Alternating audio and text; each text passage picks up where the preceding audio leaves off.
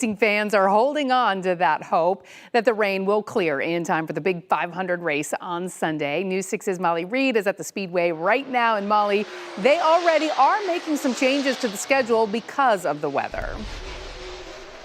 That's right. I talked to the Speedway president here today. He tells me that right now they're not making any changes as far as the actual 500 race, but they did move up the ARCA Menard race that was scheduled for tomorrow to tonight, and hopes that the weather will be a little bit better tonight than it will be tomorrow. Now, regardless of the weather, you can hear the cars. The energy here is just electric, with fans gearing up for the biggest race of the year. Daytona rocks. Everybody should do it at least once. It's a bucket list item. Whether it's your 10th year, 20th year, or first time coming to the 500 weekend, everybody's so excited and happy and friendly to be here.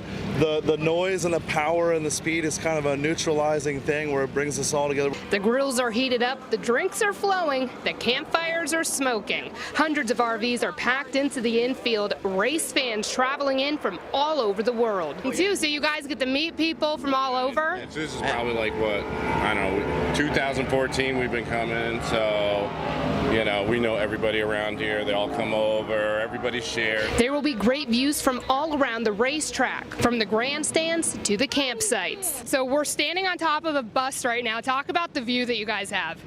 The excitement and the vibe out here is unbelievable. There's so many of us that this is our first time and we're already hooked. We're already making plans for next year. Like, we're not even through Friday yet. This was our 9th consecutive sellout, and it was the earliest sellout of the Great American Race ever. Everyone's eyes are also on the skies, though. Speedway President Frank Kelleher says they're keeping their fingers crossed for a miracle in the weather Sunday, but have a plan. It hurts, don't want to really think about it, but we have to, and we've been for days that if we cannot get the race in on Sunday, there's already conversations of what the program could look like on Monday. All right, Sports Director Jamie Say joining us here now. Now, they have so many protocols they have to follow. If it rains, they have to dry the track. If it lightnings, they have to wait. And I guess the last time that this happened where they had to move it to Monday was 2020, and you were here. I was here for 2020 when it was pushed to Monday. It was a race that Denny Hamlin won, but it was most remembered for Ryan Newman's spectacular crash on the final lap. You know, every Daytona 500 is unique. It's the biggest event of the racing calendar. It's the one event that brings 7-time Cup champion Jimmie Johnson out of retirement. This is the Masters for NASCAR. This is the Super Bowl for football, and who doesn't want a shot at glory? Even though I've retired, I guess 3 or 4 years ago now, man, I still want to come back and have a shot at the big one, and it's neat that I do have that opportunity. A little bump from Stenhouse. So that was Johnson on Wednesday, but last night making the 500 was not a guarantee for the two-time former champion. Driving the number 84 car, Johnson had to race his way into the 500 in the duels. After a small wreck, things were not looking good. However, on the final lap, Johnson hammered down to pass J.J. Yeley, do what he needed to do to qualify for the 500.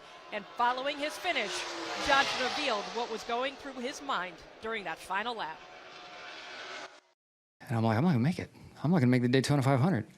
I'm going to have to call all of our partners. I'm going to have to stand in the suite and shake hands during the 500 and not drive a car. Like, this is running through my mind as I'm catching them.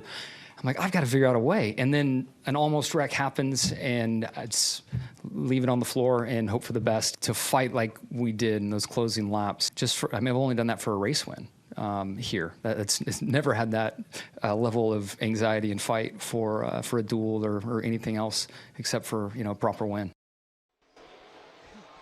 So Jimmie Johnson will start in the Daytona 500 for the 21st time in his career. Live at Daytona International Speedway, I'm Jamie Say, getting Results News 6. Matt and Lisa, back to you.